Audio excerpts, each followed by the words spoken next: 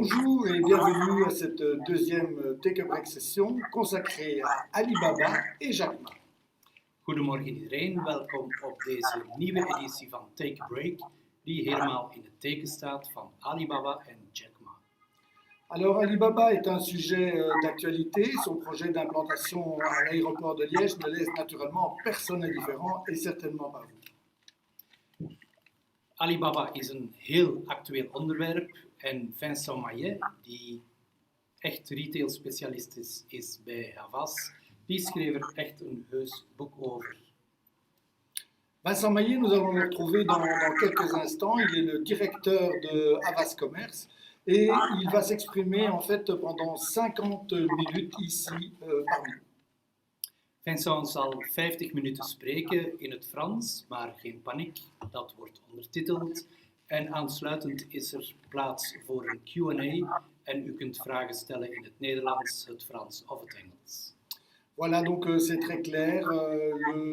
La conférence va commencer dans quelques instants. Vincent, nous te cédons la parole et nous vous retrouvons après pour les échanges en français, en anglais ou en néerlandais. Aujourd'hui, on va parler d'Alibaba. Alors, il y a un peu plus de 3 ans maintenant, j'ai eu la chance de faire un voyage à Seattle pour aller voir les magasins Amazon Go. Et puis, une année plus tard, je suis allé voir Alibaba à Shanghai. Pour faire court et simple, je pensais, quand je suis allé en Chine et à Shanghai, je pensais qu'en Europe, globalement en Occident, on était très doué, très évolué en matière de retail.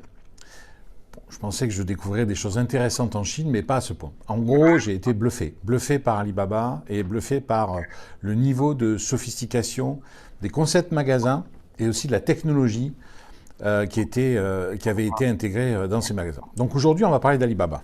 En gros, Tigre ou Panda. Alors pourquoi ce titre de la présentation? De façon assez simple, hein.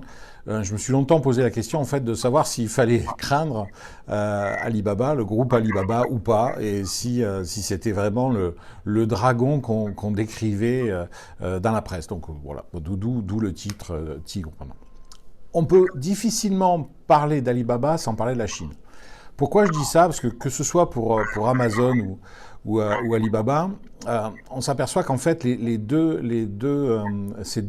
pure players, ces deux commerçants en fait sont vraiment issus de la culture de leur pays. On voit bien, hein, Amazon c'est vraiment, qu'on le veuille ou non, un distributeur à l'américaine, c'est-à-dire qu'il y a un côté systémique, il y a une façon d'avancer quand même qui est très processée partout dans le monde. Effectivement, on essaie d'imposer une seule manière d'organiser les choses. Dans le cas de la Chine, c'est aussi la même chose avec Alibaba, c'est qu'on voit bien que l'entreprise Alibaba est totalement pétrie, surtout Jack Ma, donc on va passer un peu de temps sur Jack Ma. L'entreprise Alibaba, elle est pétrie de la culture chinoise. Quand on regarde en fait d'un peu près la Chine, alors je vais pas faire toute l'histoire de la Chine, hein, d'abord j'en ai pas les compétences, mais ce qui est très intéressant, c'est de voir à quel point il y a eu énormément de flux migratoires à l'intérieur de la Chine. C'est-à-dire que beaucoup d'habitants du centre et des régions les plus reculées de la Chine sont venus sur la côte en fait, hein, donc vraiment toutes les zones côtières en fait du nord au sud en Chine sont les zones aujourd'hui où il y a le plus de population, où les villes sont les plus dynamiques, c'est là où il y a les plus grandes villes, hein, dont Shanghai, et on voit bien que les Chinois qui ont augmenté leur niveau de vie en fait ont accepté de sortir des zones rurales pour aller vers ces zones côtières. Et donc ces flux migratoires qui sont quand même, pour certains flux qui peuvent dépasser les 3 millions d'individus au fur et à mesure des périodes, ces flux migratoires ont entraîné quand même beaucoup de modifications, beaucoup de bouleversements au sein de la Chine. Et on voit bien que le gouvernement chinois, bien entendu investi par le Parti communiste chinois, a mis en place quand même des mesures pour suivre ces flux. C'est-à-dire qu'il a fallu gérer des flux alimentaires, des flux de transport, des flux énergétiques, mettre en place des solutions de médecine, etc. pour toutes ces populations qui bougeaient d'un endroit à l'autre. Pareil en termes d'infrastructures routières, par exemple. Plein de choses qui sont passées, bien entendu, et il a fallu aller très vite. Tout ça pour dire qu'en fait, ce type d'acteurs du commerce, comme Alibaba, sont quand même très dépendants et très pétris de la culture de la Chine et donc de ces phénomènes de flux. Alors, L'autre point qu'on sait tous, hein, d'ailleurs, mais bon, dès qu'on met des chiffres, c'est tout de suite encore plus impressionnant. On voit qu'en à peu près 40 ans, il y a eu une explosion, mais complète en fait, des exportations de la Chine. Donc on passe de 20 milliards de dollars dans les années 80 à plus de 4700 milliards de dollars d'exportation de biens et de services. Donc on voit à quel point ce pays a explosé. C'est toujours le premier pays en nombre de population au monde, hein, puisque c'est 1,4 milliard. L'Inde est en train de rattraper son retard, ou en tout cas, la croissance de l'Inde est bien plus forte que celle de la Chine. Donc je pense qu'à terme, l'Inde devrait passer devant la Chine, mais pour l'instant, la Chine reste le plus grand pays. Et puis, pareil, toujours dans cette histoire de flux et de gestion des populations, en Chine, vous avez quand même plus de 147 villes qui dépassent le million d'habitants, avec Shanghai qui dépasse de très très loin toutes les autres, avec plus de 22 millions d'habitants. Une évolution aussi de la consommation des ménages. Pareil, on voit bien que la Chine est devenue un marché avec... Pareil, une explosion en fait de la consommation des ménages. On est passé de 97 milliards dans les années 80 à pareil plus de 5600 milliards aujourd'hui dans les années 2020. On voit aussi que cette consommation, elle est soutenue par quoi? Elle est soutenue aussi par des populations qui sont de plus en plus riches. On voit à quel point d'ailleurs la population pauvre, hein, qui représentait à peu près 30% de la population, est descendue à 16%. Donc là, je parle en moins de 10 ans, hein, on passe de 2012 à 2022. Et puis, ce qu'on appelle les mass middle aussi ont baissé, passant de 54% à 22%. Et les upper middle, donc c'est des gens qui gagnent entre 9 000 $ et 16 000 $ par an, ce qui quand même commence à être pas mal, eh ben, sont passés de 14% à 54%. C'est-à-dire qu'il y a eu une augmentation de 40 points en quasiment 10 ans du nombre d'upper middle, donc de ces gens qui gagnent déjà un peu plus d'argent. Bien entendu, mais ça c'est un phénomène mondial. On voit bien que la population des millennials est en train de progresser.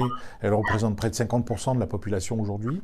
Le e-commerce est à des niveaux quasiment jamais atteints dans l'Occident. Hein. C'est vraiment le premier pays. On est à 24% en 2019, 24% des Chinois qui consomment via le canal e-commerce. On est à peu près à 11% aux États-Unis en fait et à 9% en Allemagne. Alors en plus avec l'explosion du e-commerce en 2020, ça va encore en 2020 et 2021, ça va encore progresser. En fait, c'est déjà très haut.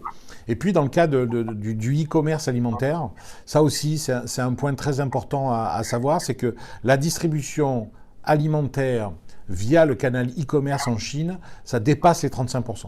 Donc c'est absolument monstrueux. Je crois qu'il n'y a aucun pays dans le monde où on est à ces taux de pénétration du e-commerce dans l'alimentaire. Enfin, un dernier point, hein, je vais peut-être arrêter avec les chiffres là, je ne sais plus si j'en ai encore beaucoup, mais ça aussi c'est un point très intéressant, c'est qu'on voit, vous avez forcément entendu parler ce qu'on appelle le live shopping, hein, donc l'évolution du streaming, et on voit donc une forte évolution du mobile, hein, puisqu'en 2020 on est quasiment à 80% aujourd'hui des ventes de e-commerce qui se font via le canal mobile là pour le coup. Et puis voilà, c'est ce dont je voulais parler, le social commerce. Donc pareil, est en train d'exploser. Aujourd'hui, on a quand même 446 millions de Chinois qui utilisent ce canal, en tout cas les projections, en 2023, ce qui représente à peu près 40% des consommateurs. Donc voilà en gros ce qui se passe en Chine. Donc c'est un pays en voie de développement et à la fois aujourd'hui un pays extrêmement mature. On voit que ils ont passé des caps très rapidement, là où en Occident, on a mis plus de temps entre l'avènement du téléphone filaire, puis du téléphone mobile. Eux, ils sont passés directement au mobile. Et puis, il y a une forme de frénésie de la consommation, une frénésie de la technologie qui fait qu'ils s'approprient à des vitesses absolument folles tous les outils technologiques qui leur sont proposés par le marché, y compris en matière de e-commerce. Alors, on va parler d'Alibaba.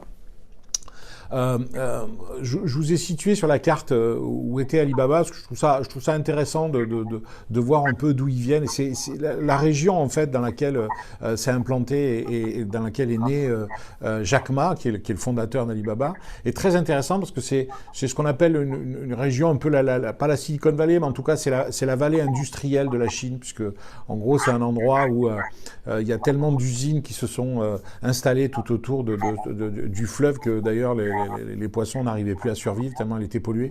Mais voilà, donc c'est un endroit très dynamique, c'est une ville qui s'appelle Hangzhou. Et vous voyez dans le petit carré que j'ai dessiné là sur la carte, vous voyez une espèce de deuil, enfin un rond qui s'appelle le lac d'Ouest, qui est un lac très important dans l'histoire de Jack Ma, parce que c'est là qu'il a rencontré des touristes australiens qui venaient en villégiature. Alors, quand on regarde en fait le développement d'Alibaba et la vie de Jack Ma en quelques dates, il a une vie absolument romanesque, absolument incroyable. Parce que vous voyez donc à gauche, il est né en 1964, il a un frère aîné et une sœur qui est un peu plus petite. Alors sur la photo on voit pas leurs chaussures, mais en fait on voit bien qu'ils vivent dans le dénuement le plus total.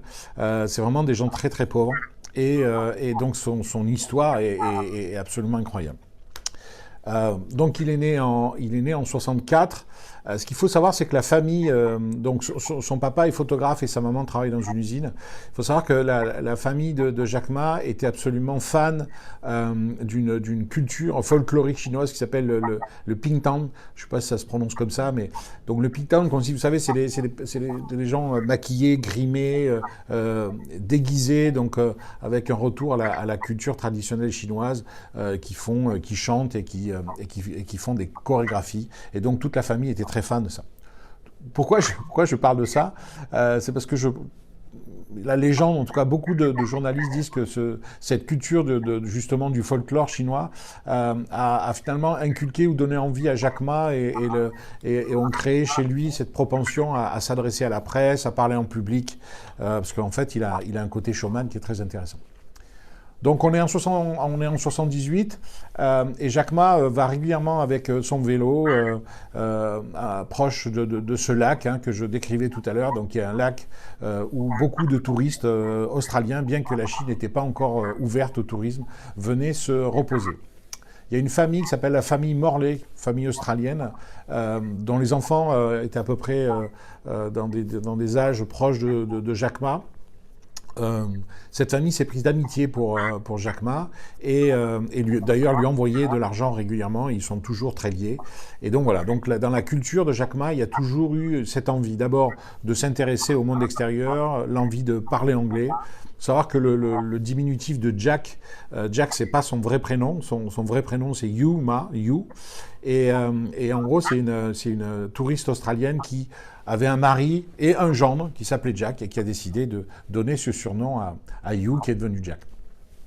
Ce qu'il faut savoir, c'est que une des difficultés de Jack Ma, ça a été vraiment de faire des études normales. Il a eu beaucoup de difficultés à rentrer à l'université. En fait, Jack Ma s'est repris, je crois, à 3 reprises pour arriver à rentrer en l'université. Pour une raison simple, c'est que les mathématiques pesait très très lourd dans la notation finale et Jack Ma n'a jamais été un grand mathématicien. Pour autant, il a fini par arriver à rentrer à la fac, notamment il a suivi des cours et donc un cursus scolaire dédié aux langues et notamment à l'anglais. C'est là qu'il a rencontré son épouse qui s'appelle Cathy. En 92, il y a une phrase absolument très importante. On connaît tous Deng Xiaoping pour être celui qui, de loin, a le plus ouvert la Chine, notamment au capitalisme, et qui a permis, je pense, l'émergence économique de la Chine qu'on connaît aujourd'hui. Donc Deng Xiaoping a eu cette phrase, donc en 92, il commence à se déplacer en Chine et va apporter la bonne parole un peu partout dans toutes les régions en Chine. Il a cette phrase qui est « s'enrichir est glorieux ». C'est-à-dire qu'avant ce discours, la plupart des entrepreneurs qui décidaient d'ouvrir leur échoppe ou qui commençaient à se lancer dans l'entrepreneuriat étaient très rapidement emprisonnés, ou en tout cas étaient sous le risque de l'emprisonnement parce que l'entreprise privée n'était pas autorisée en Chine. Donc Deng Xiaoping, en 92, lance vraiment à la fois cette phrase et lance un grand mouvement de libéralisation de la Chine et donc la création d'entreprises. Jack Ma ouvre en sortant de l'université sa première entreprise, s'appelle Hope. Hope, c'est une entreprise de traduction en anglais. En 1994, Jack Ma est envoyé par la province de Hangzhou, donc sa province, comme il parle anglais, ils ne sont pas si nombreux, puisqu'il a ouvert son entreprise. La province, donc le parti communiste chinois de la province, lui demande d'aller négocier avec un promoteur immobilier à Seattle.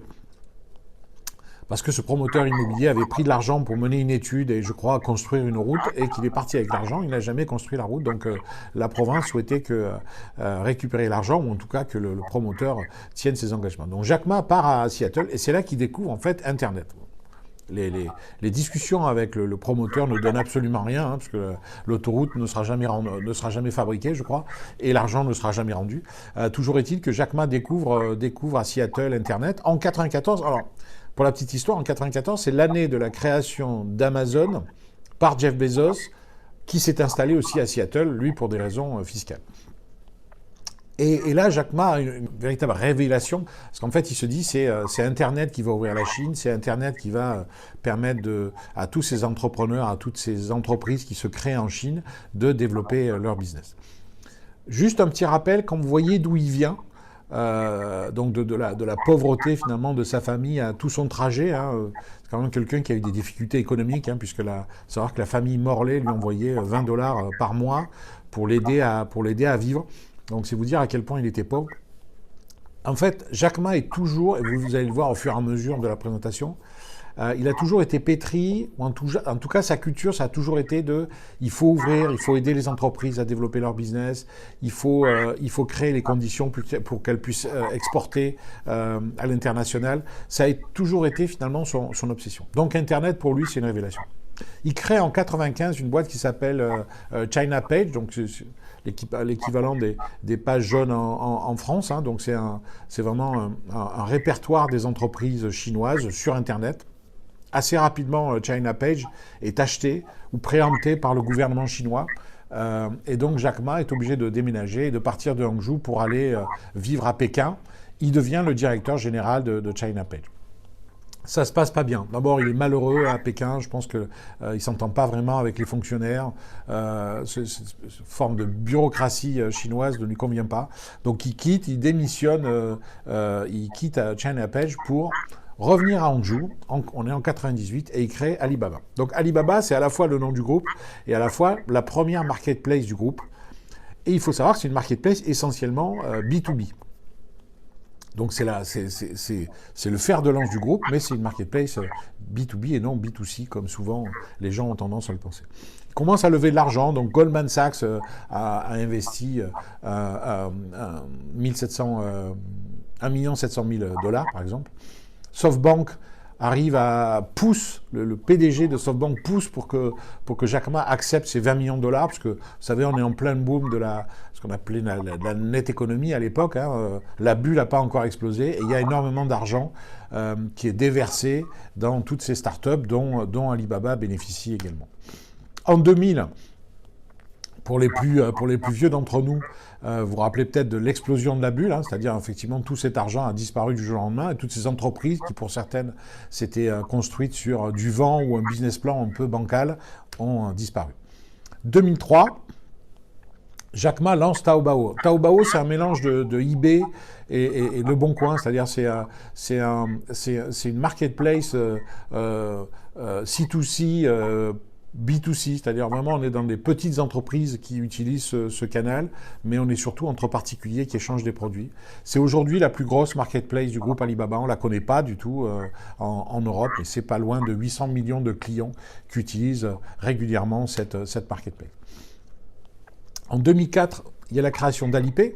Donc d'Alipay, vous savez, on le verra un peu plus loin, mais c'est l'application qui permet de payer via son mobile, qui a un succès absolument phénoménal. Et puis je vous ai mis, juste comme ça pour la petite histoire, il faut savoir que de 2002 à 2007, Xi Jinping, en fait, qui est l'actuel patron du Parti communiste chinois, et président de la Chine, est devenu le secrétaire de la province de Zhejiang. Donc Zhejiang, c'est la province dans laquelle est installé Hangzhou. Donc Xi Jinping connaît Jack Ma, et a vu le développement d'Alibaba. Il a fait un bon boulot d'ailleurs, Xi Jinping, en fait, dans cette province qui était à la fois très polluée.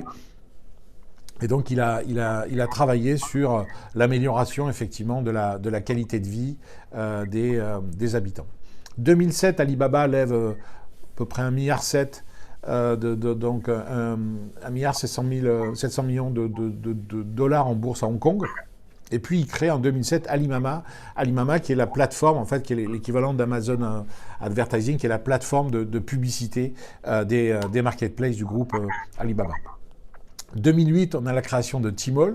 Vous le verrez un peu plus loin. Hein. Le groupe Alibaba, c'est pas une seule marketplace, c'est plein de marketplaces différents qui sont segmentés par type de cible et par géographie. Vous le verrez tout à l'heure. Donc Tmall, c'est la marketplace qui est dédiée aux grandes marques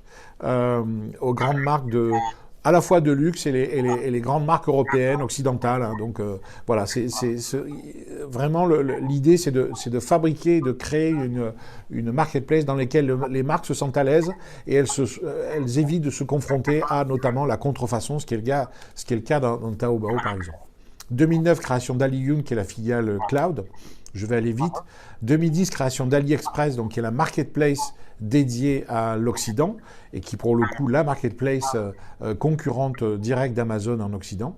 Et puis, il se passe un truc en 2010, c'est que Alipay est sorti de la cotation du groupe Alibaba pour devenir un organisme financier en tant que tel, désolidarisé complètement du groupe Alibaba, et Jack Ma devient actionnaire à 80% d'Alipay. Alors pourquoi pourquoi Alipay est sorti de cette cotation? Parce que le gouvernement chinois, en fait, avait décrété que tous les organismes financiers en Chine doivent être majoritairement détenus par des Chinois, ce qui n'était pas le cas à l'époque d'Alibaba, et donc qui n'était pas le cas d'Alipay. Donc aujourd'hui, c'est le cas. Mais en fait, on reparlera d'Alipay un peu plus loin. En 2012, création d'Ant Financial, donc d'Alipay, le système de paiement, de la super app de paiement qui est Alipay, intègre une entreprise qui s'appelle Ant Financial Service, qui est pour le coup une banque à part entière, spécialisée notamment dans le microcrédit, avec toujours cette envie et cette volonté pour Jack Ma de démocratiser l'accès à la technologie, mais aussi aux services financiers. Donc, c'est une vraie fintech qui devait lever beaucoup d'argent donc en 2020 et qui a été arrêtée par le gouvernement chinois, mais on en reparlera un peu plus loin. Cainiao en 2013, Cainiao c'était un GIE à la base qui n'était pas, dont Alibaba n'était pas propriétaire. Aujourd'hui, ils sont majoritaires dans le GIE Cainiao. Cainiao, c'est sans doute une des plus grosses entreprises logistiques mondiales. Ils sont capables de livrer partout en Chine. C'est le regroupement de 3 entreprises de logistique chinoises. C'est une boîte absolument monstrueuse. 2014, donc Alibaba va chercher de l'argent à la bourse de New York. Aujourd'hui, en pleine guerre commerciale entre les États-Unis et la Chine, ce type de démarche ne peut plus avoir lieu. D'autant que la Chine veut s'autonomiser par rapport aux États-Unis. Mais bon, ils sont allés quand même chercher 25 milliards de dollars à la bourse de New York. Et puis 2018, Jack Ma annonce qu'il va lâcher la présidence du groupe Alibaba, et c'est Daniel Zhang. Donc Daniel Zhang qu'on ne connaît pas ou peu, pour autant ça a été très longtemps le patron de Tmall, donc c'est pas un nouveau venu, hein. C'est vraiment quelqu'un qui a tracé sa route dans le groupe Alibaba. Donc il a créé Tmall, et puis la légende dit qu'il aurait aussi créé Eleven, qui est la plus grosse opération commerciale du groupe Alibaba dans le monde. 2018-2019, Alibaba a acheté Kaola, qui est encore une fois une plateforme dédiée aux marques de luxe, donc plutôt aux marques occidentales qui veulent intégrer le marché chinois. Et puis aussi, Tmall a lancé une déclinaison luxe de son application avec Tmall Luxury Pavilion, qui est elle aussi une marketplace dédiée aux marques de luxe. La volonté, encore une fois, c'est de créer des marketplaces, des zones, une façon d'aborder le marché, d'aborder le client qui soit très respectueuse, qui privilégie vraiment les marques de luxe et qui les met dans un environnement qui les rassure et qui leur donne envie de vendre leurs produits en Chine. Voilà. AliExpress, donc en 2020, ouvre son premier magasin européen à Madrid, hein, donc c'est son premier AliExpress Plaza, donc qui fait absolument un carton.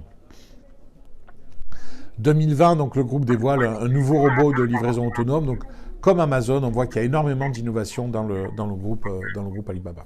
Et puis, donc, on est en 2020 toujours. Jack Ma, lors d'une conférence, a une phrase un peu malheureuse en expliquant que la Chine n'avait pas d'organisation bancaire vraiment réelle.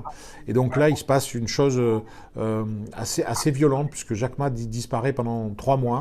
La levée de fonds que devait faire Alibaba, notamment sur la bourse de Hong Kong et la bourse de Shanghai, je crois, a été stoppée par le gouvernement chinois.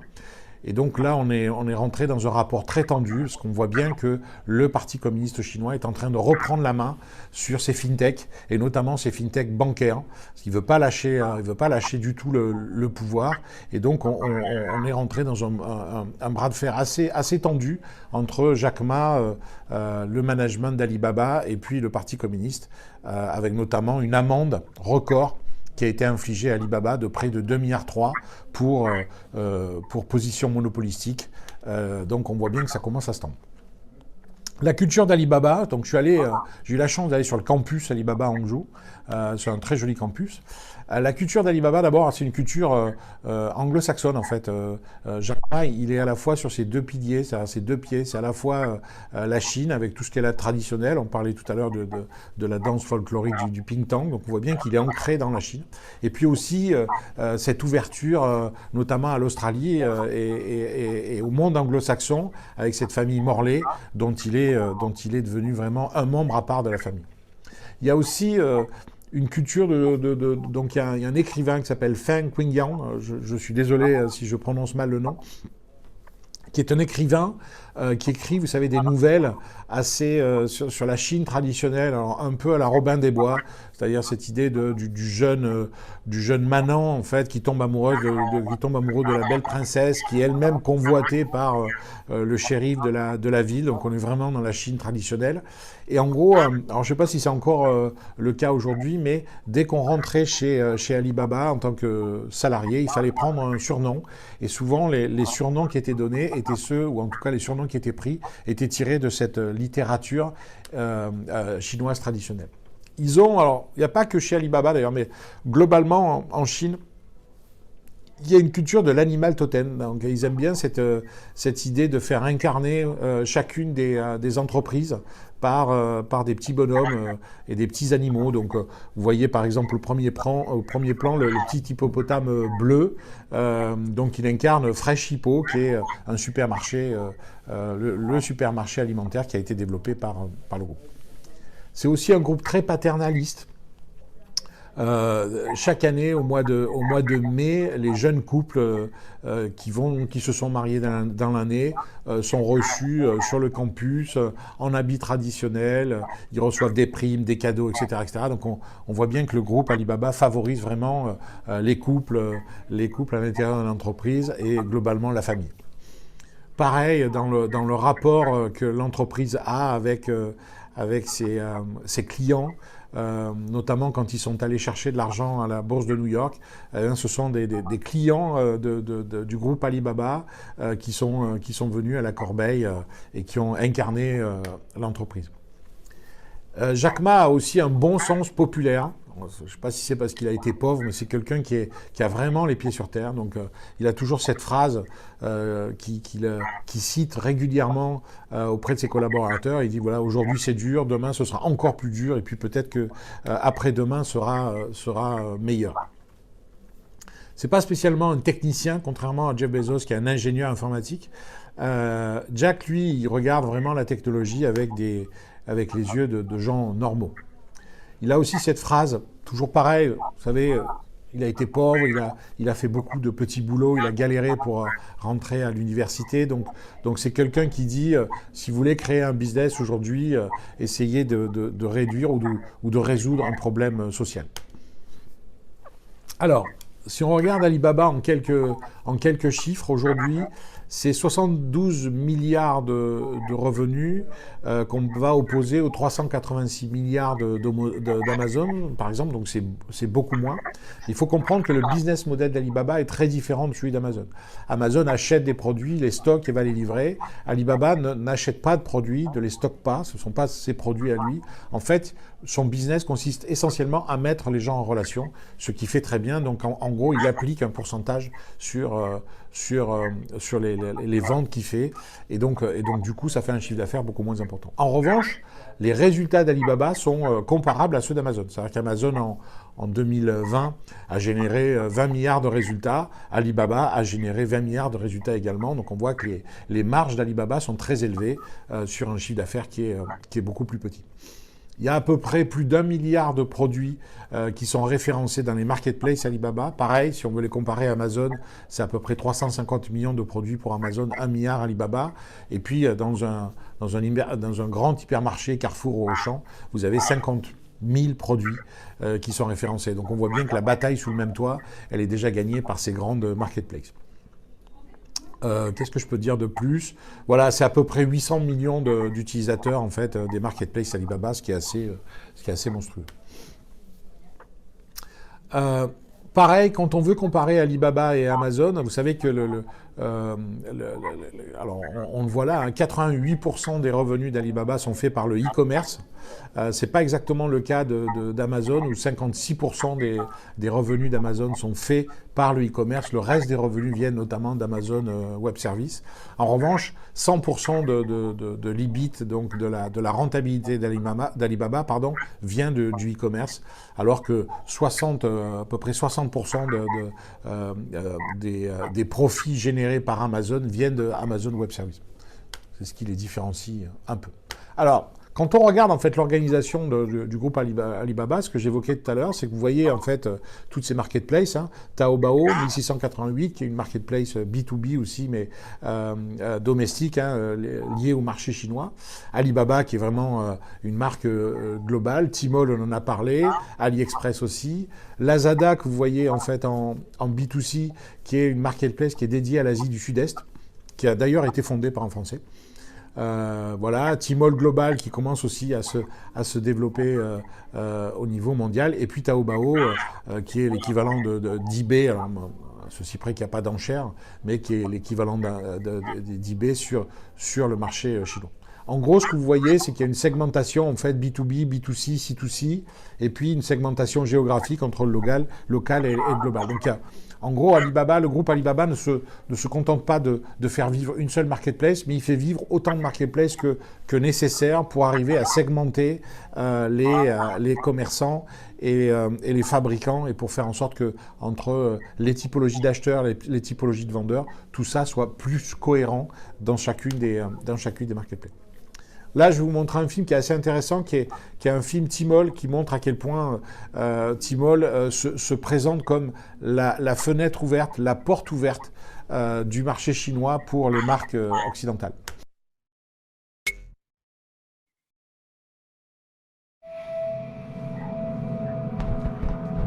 I will change your destiny. You can be anything. Believe, be sure, be moved. There's nothing to hide. It takes courage to be a hero, always in beta. But hey, my beauty, my say. Be ready, open your mind, and make it possible because you are worth it. Just do it. Live in mad, intense, off-the-wall ways. Life's good. Live young. Ready for more. Just keep walking, expect the unexpected, and never stop exploring. All brands in one, all in one. Tmall.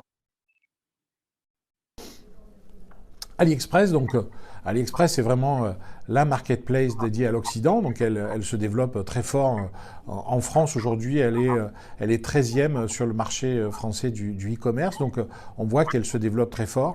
On a mené une étude, nous, dans l'Observatoire du commerce pendant la pandémie, et on s'est aperçu que notamment sur les 18-25 ans, AliExpress faisait partie des 4 applications préférées des jeunes. Donc voilà ce que ça donne en termes de homepage, notamment sur le site e-commerce. Et puis voilà à peu près le vécu et voilà ce que donne l'application mobile d'AliExpress. Alors je tenais à montrer ça parce que c'est très intéressant de regarder culturellement comment fonctionne AliExpress par rapport à Amazon. Amazon, en fait, fait une application extrêmement claire, extrêmement limpide, avec une ergonomie qui va très vite. On trouve très rapidement le produit qu'on cherche. AliExpress, en termes de logique, est complètement différent. Le principe, c'est de vous faire en sorte que vous restiez le plus longtemps possible, en fait, dans l'écosystème AliExpress et que vous passiez du temps, en fait, sur l'appli, comme quand vous faites du shopping dans un centre commercial. Donc, on voit bien que le rapport au commerce entre les Chinois qui prennent beaucoup de plaisir à évoluer dans ces applications, très gourmande, très copieuse, très fournie en contenu, et puis l'Occident qui va aller très très vite sur Amazon notamment. Alors, vous êtes incentivé, c'est-à-dire que le consommateur est incentivé dans l'application AliExpress. On vous donne des jetons en fonction de vos visites, on vous donne des jetons en fonction de votre panier d'achat. Voilà, on fait tout ce qu'il faut pour que vous cumuliez des points qui vous permettent d'obtenir des réductions. Les prix sont absolument défiant toute concurrence. D'ailleurs, c'est le point de force en fait d'AliExpress en Europe, c'est que vous trouvez en fait des produits 50, 60, 70% moins chers qu'en Occident. Et c'est le succès aujourd'hui d'AliExpress parce que les délais de livraison sont assez longs. La plateforme de marque Alibaba, donc ce que dit Jack Ma, c'est que en gros il y a une différence entre les grandes plateformes digitales et Alibaba, c'est-à-dire que lui, son sujet, c'est d'aider et de donner du pouvoir finalement à tous ces commerçants, qu'ils soient mondiaux ou locaux, pour vendre leurs produits. La vision, c'est vraiment de construire une infrastructure du retail. C'est-à-dire, on parle vraiment d'infrastructure. C'est là où c'est assez différent d'Amazon. C'est-à-dire que même si Amazon a créé une infrastructure, mais on voit bien que le métier, le premier métier d'Alibaba, c'est de construire les éléments, le cadre qui permet finalement aux acheteurs et aux vendeurs d'échanger et de vendre des produits. La mission, donc ça c'est vraiment la mission tirée du site corporate d'Alibaba. Nos fondateurs ont créé Alibaba pour défendre les intérêts des petites entreprises, convaincus que l'Internet uniformiserait les règles du jeu en permettant aux petites entreprises d'utiliser l'innovation et la technologie pour croître et être plus concurrentielles dans l'économie nationale et mondiale. Toujours pareil, cette idée de démocratiser en fait le commerce. Voilà, c'est ça vraiment l'objectif d'Alibaba. Et puis, to make it easy to do business anywhere, voilà, c'est vraiment un message assez simple. Jack Ma a une phrase absolument que je trouve géniale, moi. En fait, il dit, je veux que demain, se connecter au commerce mondial, ce soit aussi simple que se connecter à l'électricité. Voilà, c'est comment je crée les conditions pour que tout le monde qui en a besoin ou qui le souhaite puisse se connecter à une organisation commerciale qui serait celle d'Alibaba ou des marketplaces Alibaba. Le film que je vais vous présenter maintenant, il est absolument incroyable. D'abord, la voix off est stupéfiante. Et surtout, c'est un film qui a été fait pour annoncer le partenariat entre le groupe Alibaba et les Jeux Olympiques. Ce film, en fait, il parle ce qu'on appelle, ce qu'ils appellent eux les petits, c'est-à-dire voilà, les petites entreprises, tous ces gens qui se vivent comme des gens modestes. On est toujours dans la culture Alibaba, hein, un peu teinté de parti communiste chinois. Et donc, ce film montre à quel point Alibaba veut devenir un acteur du commerce mondial pour aider tous les petits, tous les modestes, tous les challengers, en fait, à devenir et à gagner de l'argent et à faire partie du commerce mondial. 99% of people think they are nobody. 97% of companies are small companies. 92% of countries are small countries. 95% of athletes are unknown. Small can be calculated, but it cannot be ignored. So, we have a different point of view on small. We believe a small character has unrivaled power. A small action can touch millions of people. A small step forward can set a new record. A small change can create a difference. A small corner can impact the whole world. A small country's story can inspire all humanity. From small to big, everyone is making a difference. Alibaba believes in the power of small. We are proud to be the worldwide partner of the Olympic Games, giving everyone an equal chance. Together, we're in this game. From one to billions, we see the power of small. To the greatness of small.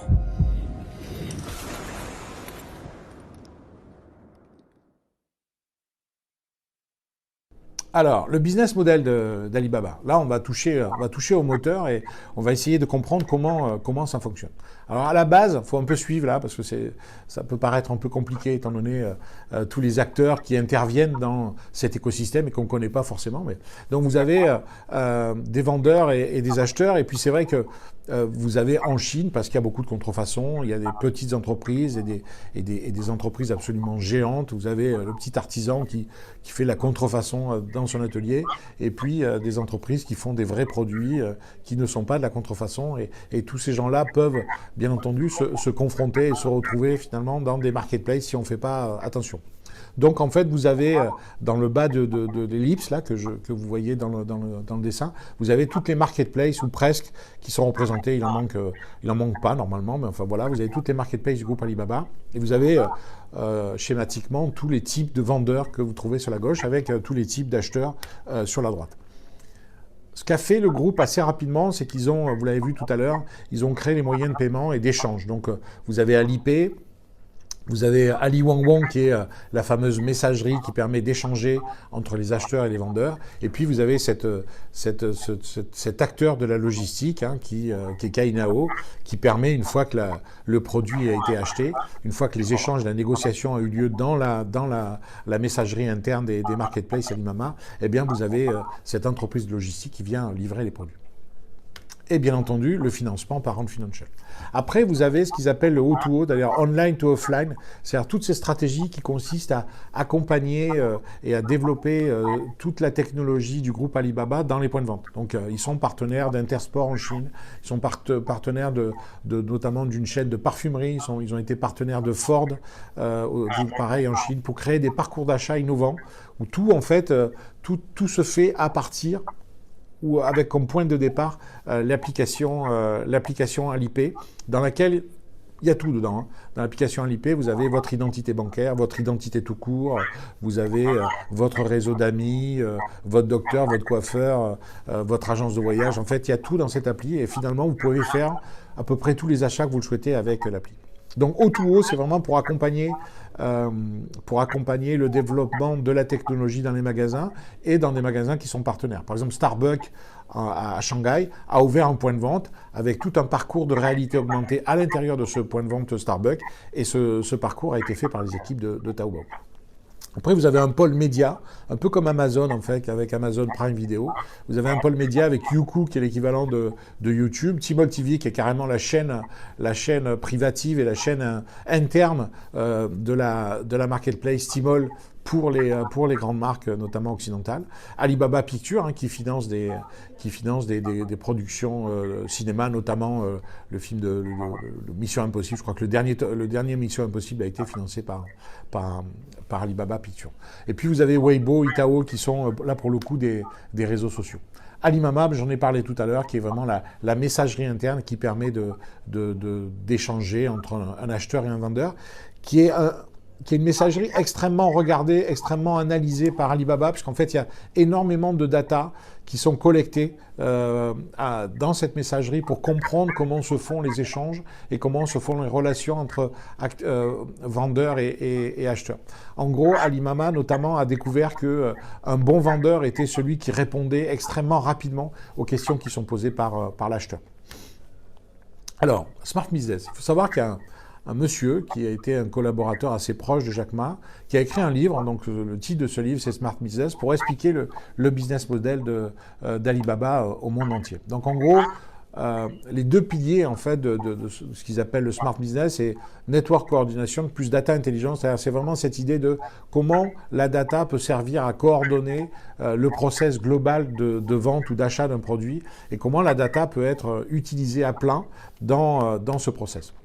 Donc, vous retrouvez le schéma que je vous ai expliqué tout à l'heure entre les marketplaces, les différents acteurs, etc., etc. Et en gros, il n'y a pas RGPD en Chine. C'est-à-dire que tous les acteurs que vous voyez sur le schéma, qui soient des acteurs de financement, des acteurs de paiement, des acteurs de logistique, les marketplaces, la messagerie interne au marketplace, en fait, tous ces intervenants, tous ces acteurs génèrent de la data. Et cette data, vous la voyez remonter vers le ciel. En gros, le métier d'Alibaba, c'est effectivement d'organiser, de collecter et de gérer cette data pour la rendre la plus efficace, la plus parlante possible. Le métier d'Alibaba, c'est ça, c'est de créer ce qu'on appelle l'e-commerce infrastructure, c'est-à-dire de faire en sorte qu'entre quasiment le champ de coton, hein, l'endroit où on cultive le coton, et puis la livraison de la petite robe qui a été fabriquée dans des usines, et qui est livré dans le centre de la Chine, finalement, dans tout ce parcours-là, du champ de coton à la livraison, le groupe Alibaba veut collecter des datas pour aider ce qu'ils appellent les makers, donc tous ces gens qui viennent vendre dans les écosystèmes des marketplaces Alibaba.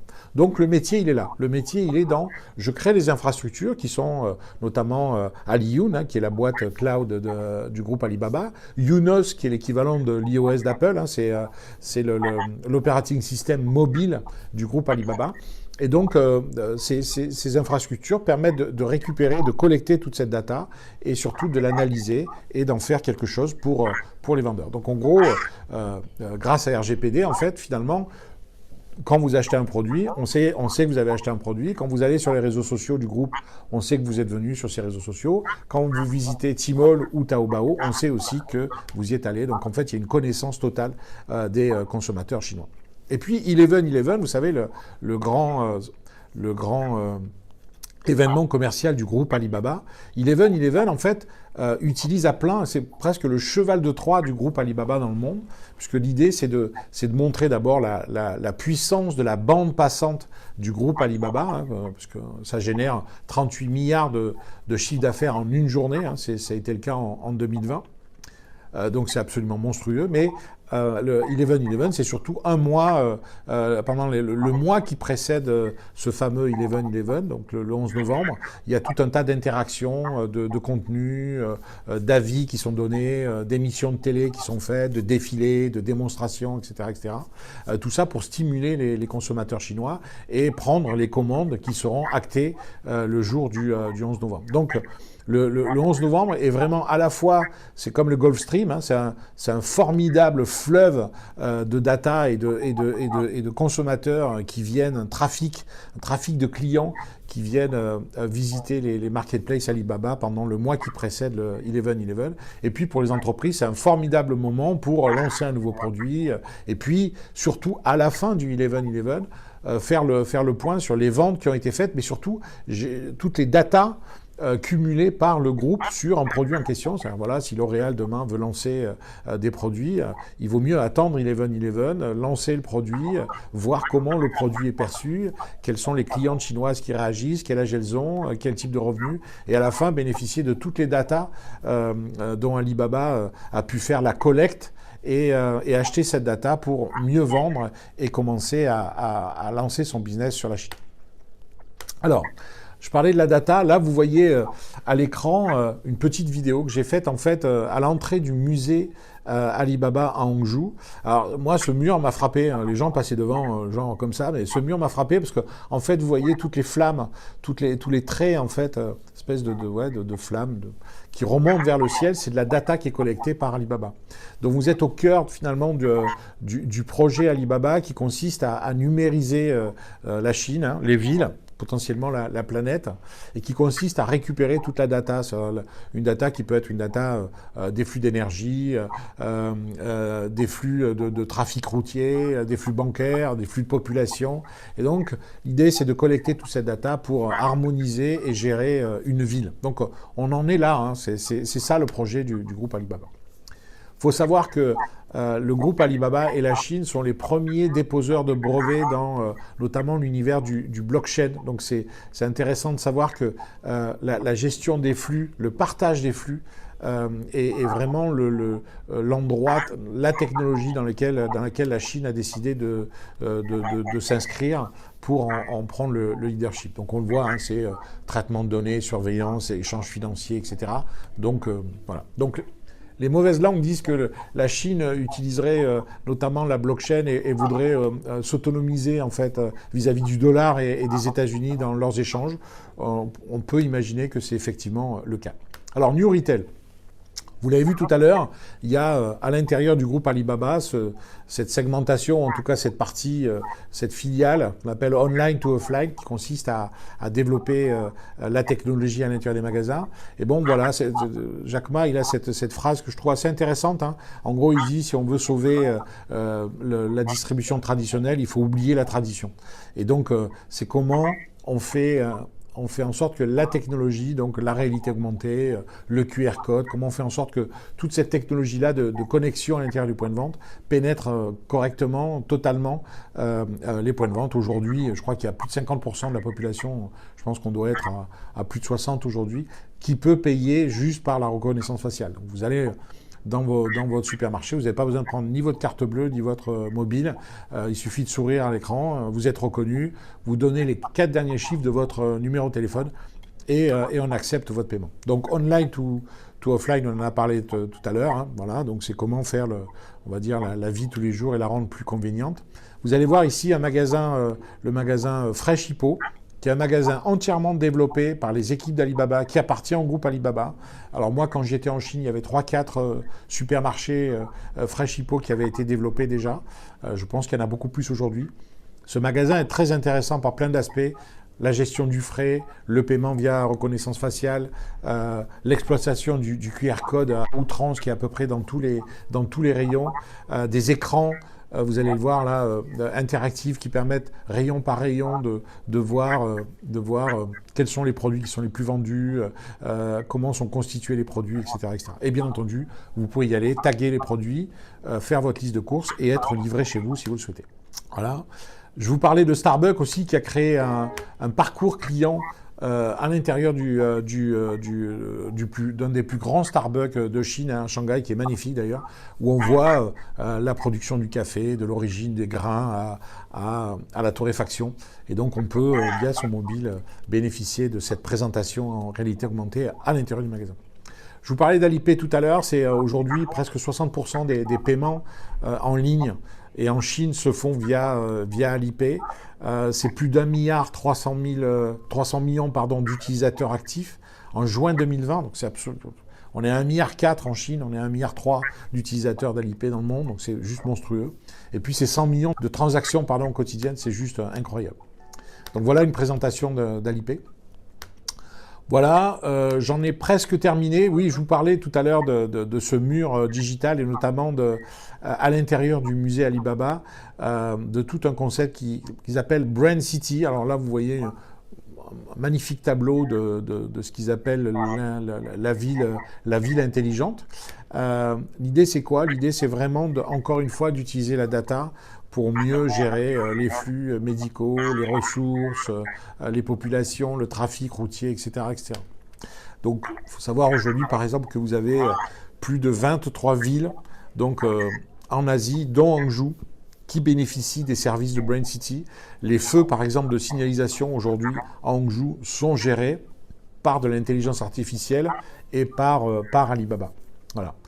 Pour la petite histoire, s'il y a un accident de la route, par exemple, l'ambulance ne rencontre aucun feu rouge pour aller de son point de départ au lieu de l'accident. Voilà, j'en ai fini en gros. J'espère que vous avez compris un peu et que cette présentation vous a aidé un peu à comprendre l'organisation et le modèle Alibaba, qui est un modèle assez différent d'Amazon, qui arrive très très fort en Europe. Donc il faut voir un peu, il faut suivre de près comment ce groupe est en train de se développer. Alors il y a quand même actuellement le groupe Alibaba a des difficultés avec le gouvernement chinois. Hein. Je pense qu'on voit bien que le gouvernement chinois a peur des BATX. Hein. Donc c'est Baidu, Alibaba, Tencent et Xiaomi. On voit bien qu'ils, comme les GAFAM en Occident, on voit bien que le Parti communiste essaie de mettre la main, ou en tout cas de juguler et de gérer ces grands acteurs du e-commerce et de la data, comme on a beaucoup de mal en Occident à gérer les GAFAM. Mais on voit bien qu'il y a quand même une crainte vis-à-vis de ces grands acteurs de perdre une part de pouvoir, et notamment dans le système bancaire, qui a l'air d'être un sujet très épineux pour le Parti communiste. Donc voilà, c'est une boîte qui se développe très fort, qui continue à croître, qui est très très innovante, comme j'ai rarement vu d'ailleurs une boîte aussi innovante, qui vraiment match aussi très très fort aujourd'hui avec Amazon, même si le chiffre d'affaires est inférieur. On voit bien que la boîte, elle est vraiment positionné aujourd'hui comme le principal concurrent d'Amazon dans le monde, hein, puisque le principal théâtre aujourd'hui de bataille entre Amazon et Alibaba, c'est l'Europe et puis l'Afrique, qui vont être les deux continents sur lesquels ces deux champions vont se disputer des parts de marché. Merci encore une fois pour votre attention, et puis juste après, je vais répondre à toutes vos questions.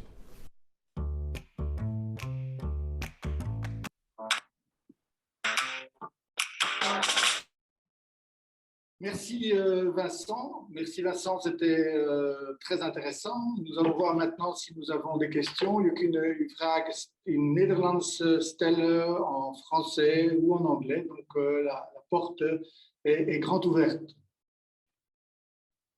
Ja, ik denk dat de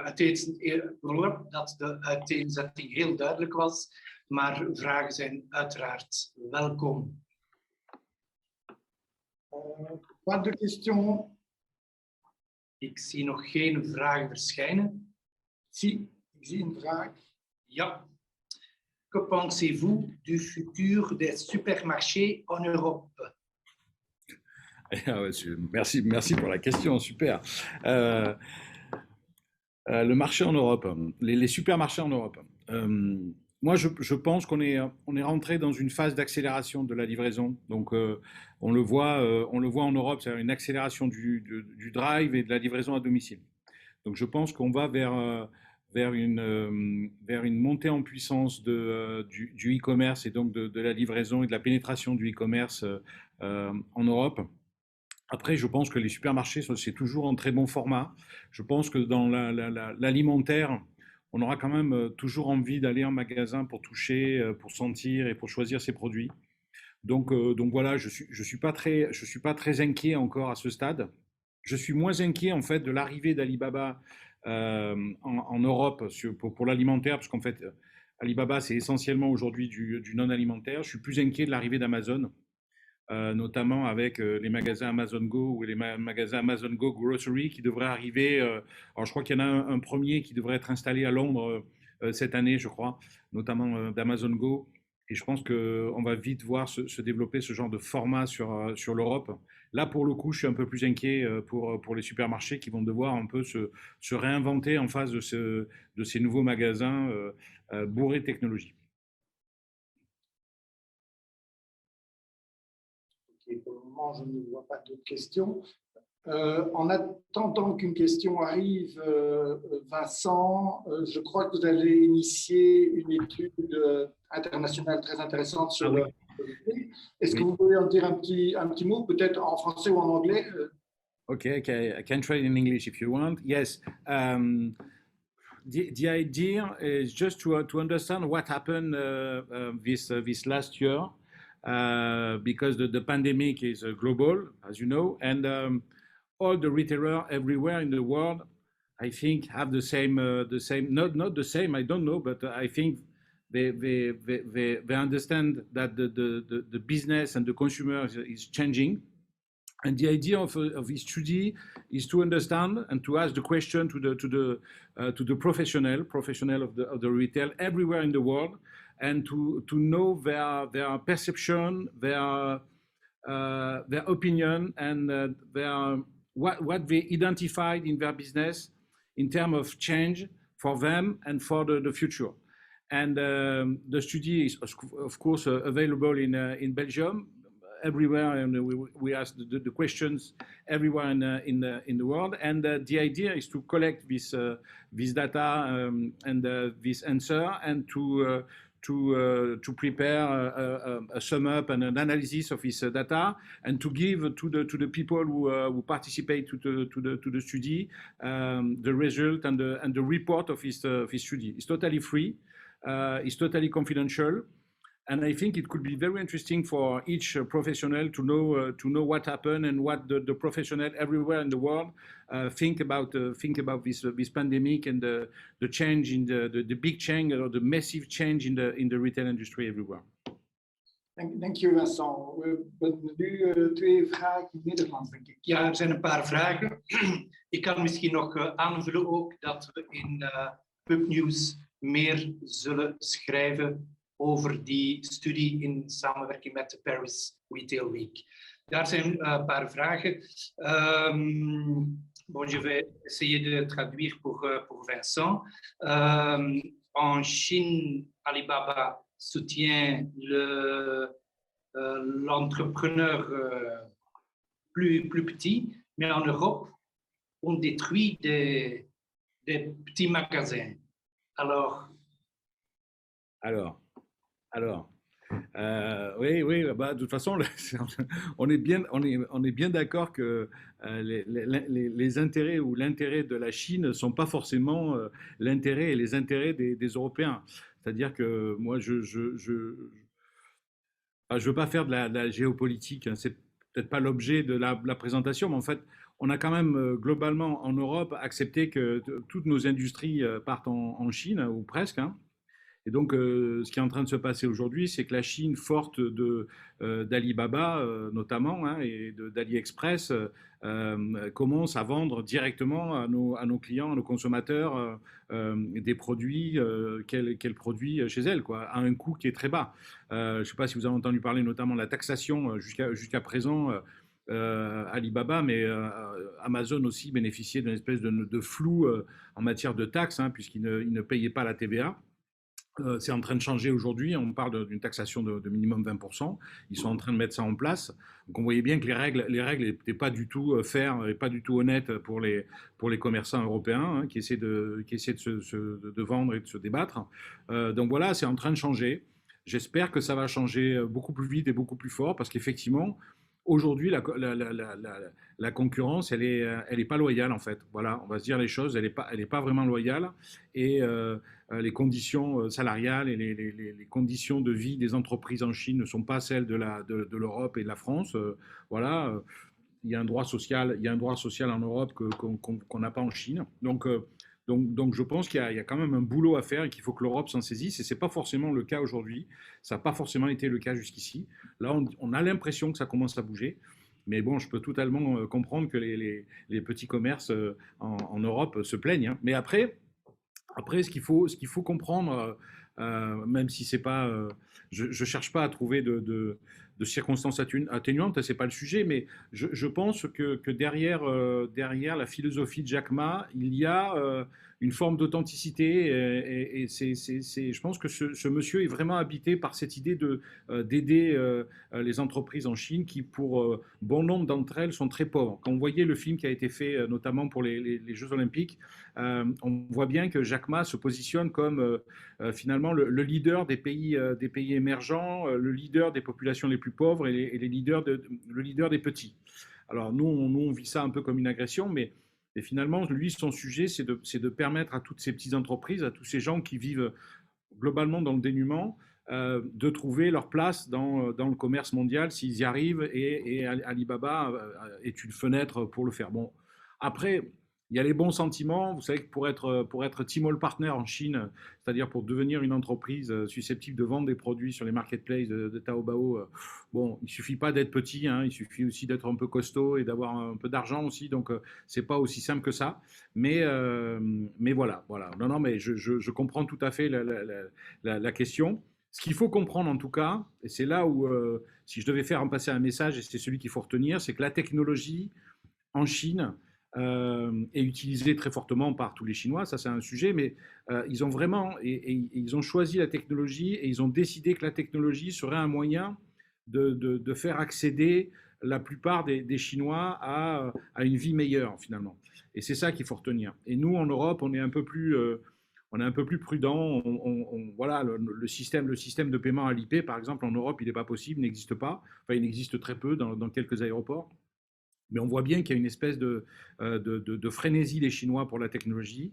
Et je pense que c'est une des pistes aussi à creuser pour les commerces, les petits commerces en Europe, c'est utiliser de la technologie pour améliorer le service et proposer, pourquoi pas, de la livraison, des systèmes de paiement, enfin toutes ces solutions de déstockage aussi qui font rentrer la technologie dans le magasin traditionnel. Il commence à y avoir des solutions aujourd'hui, des marketplaces locales.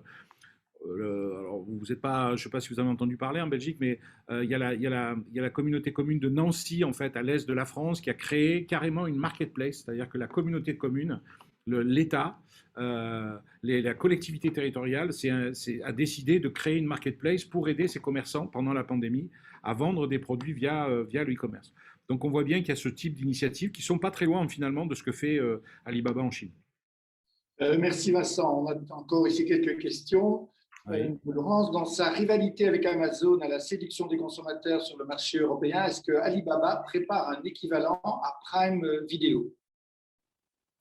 Alors, je ne sais pas ça. Je ne sais pas, pas que je sache. En fait, ils ont, je crois que, enfin, c'est pas, je crois ce que aujourd'hui Alibaba a décidé de choisir comme cheval de bataille, c'est Aliyun, c'est-à-dire c'est sa filiale cloud. Ils essaient de convertir un maximum d'entreprises françaises au cloud. Ça, c'est le premier sujet. Le deuxième cheval de Troie, c'est 1111. Donc, c'est vraiment d'en faire un événement commercial européen aussi puissant qu'il peut l'être en Chine. C'est le deuxième point. La difficulté qu'ils ont aujourd'hui, c'est pas eux qui le disent, hein, mais moi j'ai discuté avec eux et je vois qu'ils ont du mal. La difficulté, elle est culturelle. C'est-à-dire que on voit qu'en Europe, on a une proximité, on va appeler ça comme ça, hein.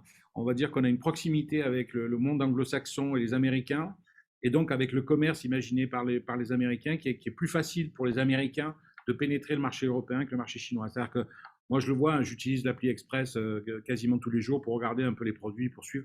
Pour autant, j'ai quand même quelques difficultés à mettre ma carte bleue là-dedans parce que on voit bien que culturellement, c'est pas l'Occident, c'est une façon d'aborder le marché qui est différente, qui sont assez pushy. Quand vous quittez le parcours et que vous quittez l'application, ils vous relancent pour que vous reveniez. Enfin, il y a une espèce de façon de faire du commerce qui est assez intrusive, assez c'est ça, assez intrusive. Et du coup, je suis pas sûr que culturellement ils aient toutes les clés pour se développer aussi fortement qu'ils le souhaiteraient en Europe. Après, pour vous donner une idée, moi j'ai entendu parler il n'y a pas très longtemps d'une personne qui était collaborateur de Cdiscount, Cdiscount qui est le deuxième site e-commerce en France. On m'a rapporté que Cdiscount avait été en tout cas en discussion avec Alibaba pour que Alibaba rachète Cdiscount et donc rachète en France le deuxième site e-commerce. Donc on voit bien qu'ils cherchent des solutions et ça peut passer demain par effectivement des rachats. On a entendu parler aussi de discussions entre Auchan et Alibaba. Pareil, c'est des choses qui pourraient peut-être arriver un jour, c'est-à-dire que Auchan décide de vendre ses hyper à Alibaba et de fait utilise ces hyper pour en faire des lieux d'entrepôt, des lieux de stockage et de présentation de ces produits. On n'est pas à l'abri de ce genre de choses. Oui, concernant par exemple la construction d'un centre de distribution à Liège, près de l'aéroport, avez-vous une vision de la stratégie de développement logistique en Europe du coup? Voilà. Alors ça aussi, merci. Ça aussi, on est dans des considérations qui sont des considérations proches de la géopolitique. Je vous invite à lire un livre, notamment sur la Chine, qui s'appelle Il est midi à Pékin. L'auteur en fait a suivi les implantations de la Chine sur tous les fuseaux horaires en fait, et donc détaille de midi à vraiment. Donc il fait le tour du cadran et le tour du globe pour expliquer en fait comment s'implante la Chine au travers notamment de ce qu'on appelle les routes de la soie, hein. Alors c'est un joli mot, les routes de la soie, pour parler de routes un peu bucoliques où la monnaie d'échange était la soie. En fait, les routes de la soie, elles sont partout, hein. C'est-à-dire que là, aujourd'hui, la Chine est en train de passer par des trains, effectivement, dans le centre de l'Europe, des bateaux, enfin, ils sont sur tous les pôles.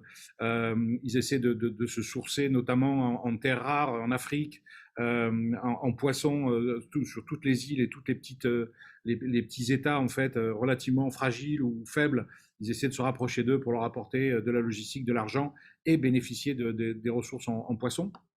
Donc, clairement, la Chine a décidé, dans son opposition aux États-Unis, on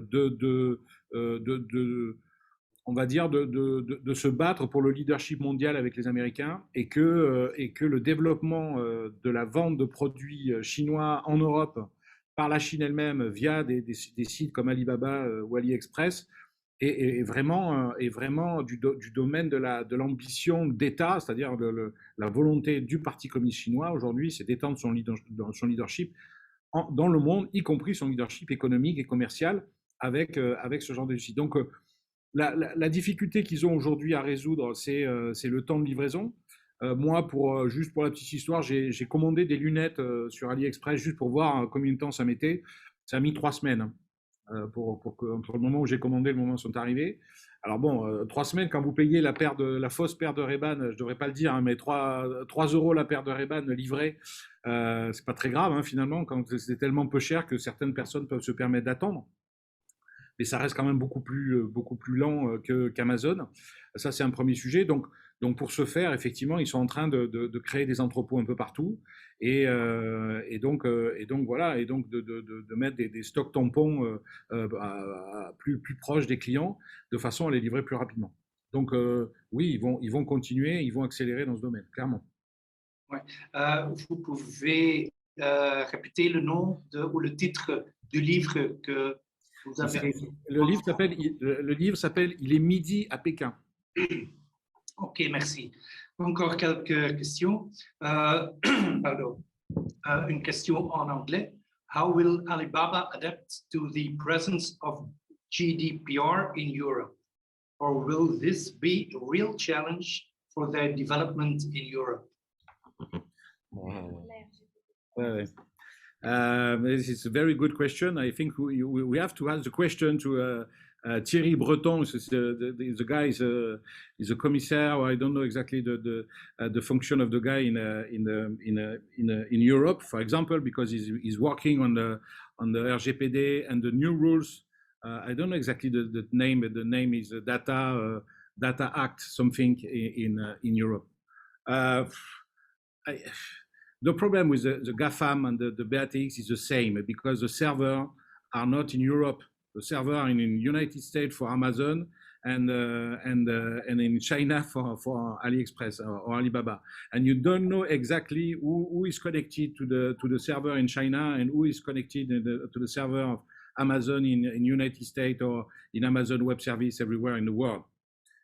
I think it's a big issue, and my opinion is that we have to awake in Europe about data, about the name in France is souverain.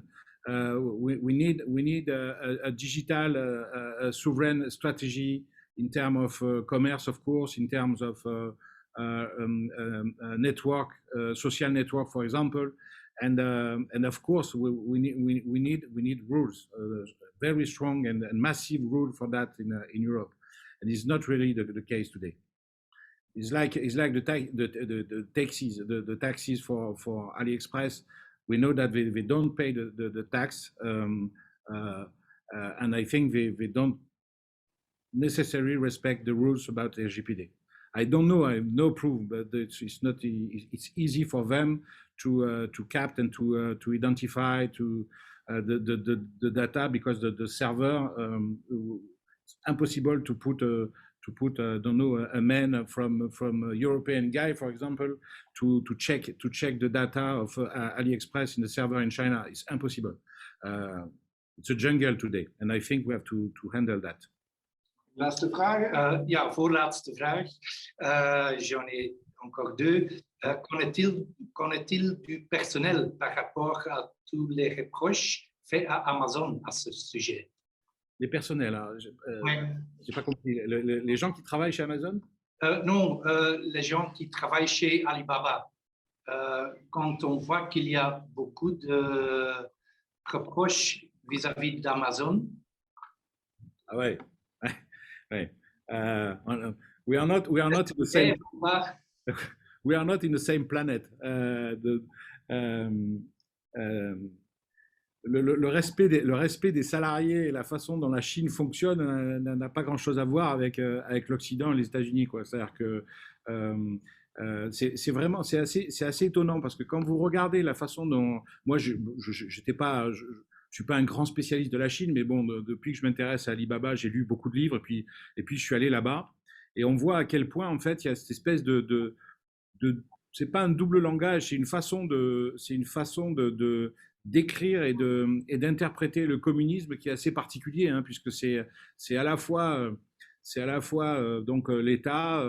Enfin voilà, c'est un pays communiste. Alors est-ce qu'on peut dire encore un pays communiste? En tout cas, au niveau des valeurs, on voit bien que Xi Jinping, quand il parle de communisme, il parle de Mao, il fait référence à Mao. Donc le Parti communiste n'a pas du tout coupé les liens avec Mao et donc avec les racines du Parti communiste. Et puis de l'autre côté, c'est un système libéral le plus ouvert, le plus dur pour les salariés. Enfin, je veux dire, c'est voilà. Donc les émissions qu'on peut voir sur les usines sur les usines en Asie, pardon, elles sont réelles. Donc je pense que c'est dur d'être un salarié en Chine. Après, ce qui se passe, c'est que vous l'avez vu au début de la présentation, en gros, la Chine a fait passer quasiment en une dizaine d'années une majorité de la population qui était vraiment à des niveaux de revenus qui étaient très très pauvres, à un niveau qui était quasiment proche de celui des Européens. Donc c'est ça qui est en train de se passer aujourd'hui. Donc ils sont à marche forcée pour structurer le pays, apporter des conditions sanitaires, des conditions de vie, des conditions de rémunération qui soient les meilleures possibles pour leur peuple. Et c'est vrai qu'ils ont choisi, en fait, en termes de stratégie, ils n'ont pas choisi la démocratie, ils ont choisi d'avancer à marche forcée, comme si le pays était une entreprise pour développer le pays de façon économique et quitte à effectivement marcher un peu sur les droits sociaux, le bien-être, etc. Toutes ces choses qui nous paraissent évidentes, mais qui, pour eux, ne paraît pas être la priorité, puisqu'ils ont des bouches à nourrir et des gens à faire travailler. Donc, enfin, après, chacun vit ça à sa manière. Moi, je ne porte pas de jugement, mais c'est vrai que, enfin, voilà, c'est vrai que les conditions en Chine sont pas meilleures que chez Amazon, clairement. Bon, Amazon se fait attaquer parce qu'il est leader du e-commerce et qu'il fait beaucoup d'ombre et que on a l'impression qu'en tapant sur Amazon, on défend nos commerçants, ce qui, à mon avis, n'est pas c'est pas la meilleure façon pour moi de répondre aux enjeux qui sont posés par Amazon. Mais ça, c'est un autre sujet. Mais voilà, après, bon, il y a cette polémique. Je suis toujours bluffé, moi, en tout cas, surpris entre les gens qui sont choqués par la façon dont ils sont traités dans les entrepôts. Et puis, les parts de marché d'Amazon en France, où on voit qu'elle continue à progresser. Il y a énormément de gens qui achètent, qui consomment Amazon. Ce double langage, en tout cas, entre ce qu'on déclare et ce qu'on fait, il y a toujours une différence et on en a la preuve, notamment sur Amazon. Oui, et une dernière question. Selon vous, est-ce que les structures, les idées et la philosophie d'Alibaba peut être utilisée dans d'autres domaines comme la production locale, peut-être le monde de la culture, la construction, etc. Alors, j'espère que j'ai compris la question, mais ce que je pense, moi, ce que je me dis, pour regarder un peu comment Alibaba, AliExpress fonctionne et la culture du groupe Alibaba, on voit que Jack Ma a compris une chose, c'est que le modèle Alibaba, c'est-à-dire sa culture, son mode de fonctionnement, la philosophie qu'il y a derrière, cette volonté de donner accès à un maximum de vendeurs au marché mondial, la possibilité pour chacun d'accéder à des produits qui sont beaucoup moins chers via AliExpress. C'est une culture globalement qui plaît beaucoup aux pays émergents et aux populations les plus pauvres et les moins argentées en Europe. Je m'explique. Aujourd'hui, AliExpress fait partie des 3 ou 4 vendeurs de textiles en Espagne. Vous savez que le SPIG en Espagne est relativement faible. Et donc, AliExpress est très fortement développé sur une population à faible revenu en Espagne. Et donc, je pense que dans la répartition du marché, par exemple, Amazon a plutôt tendance à toucher des gens aisés, urbains, avec plutôt un fort revenu qui veulent un standard de qualité assez élevé en choisissant Amazon. Les gens plus pauvres aujourd'hui ont la solution soit d'acheter des produits d'occasion, soit d'aller sur AliExpress pour bénéficier de produits qui sont absolument à des prix qui sont absolument incroyables. Vous avez des vélos électriques à 300-400 euros sur AliExpress. C'est impossible de trouver ça aujourd'hui chez quelques marchands que ce soit partout en Europe. Donc, je pense que la philosophie globale d'Alibaba et du groupe Alibaba, c'est plutôt une philosophie qui s'adresse à des gens qui sont pauvres ou à des pays émergents comme l'Afrique. Et d'ailleurs, Alibaba a investi très fortement l'Afrique. Ça, c'est un premier sujet. Il y a un deuxième qui est effectivement la technologie. C'est-à-dire que j'ose dire ça, je pense que l'endroit où s'invente le retail aujourd'hui et l'endroit où s'invente une bonne partie du futur de notre monde, c'est la Chine. C'est-à-dire que aux États-Unis, il y a Elon Musk, il y a Amazon effectivement et Google qui font des choses très intéressantes, mais la vitesse à laquelle la Chine notamment a investi l'intelligence artificielle, qui est quand même la technologie, la prochaine technologie de disruption. C'est-à-dire que je pense que l'intelligence artificielle va révolutionner le commerce, la culture au sens large du terme, et que la Chine aujourd'hui a pris des positions sur l'intelligence artificielle que même les États-Unis ont du mal à tenir. Donc, vous ajoutez à ça le fait que la Chine est très en pointe sur la 5G notamment, alors que les Américains sont très en retard sur la 5G. Donc, voilà. Donc, il y a l'aspect culturel dont je parlais tout à l'heure, et puis il y a l'aspect technologique qui fait que le programme technologique du Parti communiste chinois consiste à faire de l'intelligence artificielle son futur cheval de bataille, qui demain sera à peu près dans tous les produits, dans tous les échanges et dans tous les services. C'est-à-dire que l'intelligence artificielle demain sera au cœur du développement de tout ce qu'on va consommer. Donc la Chine n'a pas fini de faire parler d'elle sur ces aspects-là. Merci. Et juste pour finir, et j'en reviens encore une fois sur l'Europe, puisque nous sommes tous européens, c'est promis, j'arrête après. En Europe, d'accord, nous sommes non pas des nains, on n'a même pas commencé à s'intéresser à ces sujets-là, alors que la Chine a quasiment 10-15 ans d'avance sur nous. C'est juste criminel, je pèse mes mots quand je dis ça, c'est criminel qu'en Europe, on ne développe pas des forêts de serveurs souverains en Europe. Donc, je confère la question tout à l'heure sur la souveraineté digitale et numérique, et c'est hallucinant qu'en Europe on n'investisse pas très fortement sur l'intelligence artificielle, sur des gens qui réfléchissent à ça, et sur la collecte de data qui nous permettrait demain d'être pertinents en intelligence artificielle, ce qui n'est pas du tout le cas aujourd'hui. Pas du tout, mais pas du tout. Je ne sais pas en Belgique, mais nous en France, on est complètement à la rue. Voilà, c'était la petite phrase un peu politique de la réunion. Je suis désolé. Merci beaucoup Vincent. Merci à vous. On pourrait vous écouter pendant encore quelques heures, mais bon, il faut quand même laisser aussi à ceux qui nous suivent le temps de travailler un peu dans la journée. On va se retrouver donc le 7 septembre prochain pour parler de Walmart. Ce sera tout aussi passionnant et c'est un autre modèle. Alors, si je peux dire un mot juste sur Walmart, je peux dire un mot sur Walmart ou pas? Allez, Ils sont 3, il n'y a plus personne qui m'écoute. Non, mais Walmart, on est en train de finir le dossier là, et c'est assez passionnant. On a appelé ça la revanche du modèle click and mortar. En gros, Walmart est quand même le numéro 1 mondial du retail, et chaque matin, Walmart ouvre ses magasins en face d'une initiative Amazon. C'est-à-dire que chaque matin, le patron de Walmart découvre Amazon Go Grocery, découvre la livraison du frais partout aux États-Unis. Donc en fait, Walmart s'est déployé, s'est redéployé, s'est réinventé, et c'est assez passionnant de voir comment cette vieille institution du retail aux États-Unis s'est totalement réinventée pour contrer et pour continuer à se développer, parce qu'en fait, on parle du développement et de la croissance d'Amazon, mais Walmart continue à croître, ce qui est juste hallucinant, et se développe encore, alors pas dans les dimensions d'Amazon, mais continue à fonctionner. Et donc, c'est un modèle que je trouve assez passionnant, en fait, de regarder de près sur l'évolution du retail. Voilà. Désolé, hein, pardon, j'ai été un peu long, mais... Excellent teasing. Oui. Ja, een grand merci Vincent. Ik herhaal nog even voor de kijkers dat we de komende dagen in Pubnews even terugkomen op die studie die Havas Commerce heeft gemaakt voor de Paris Retail Week. Ik denk zeker ook voor adverteerders dat dat een heel interessante studie is.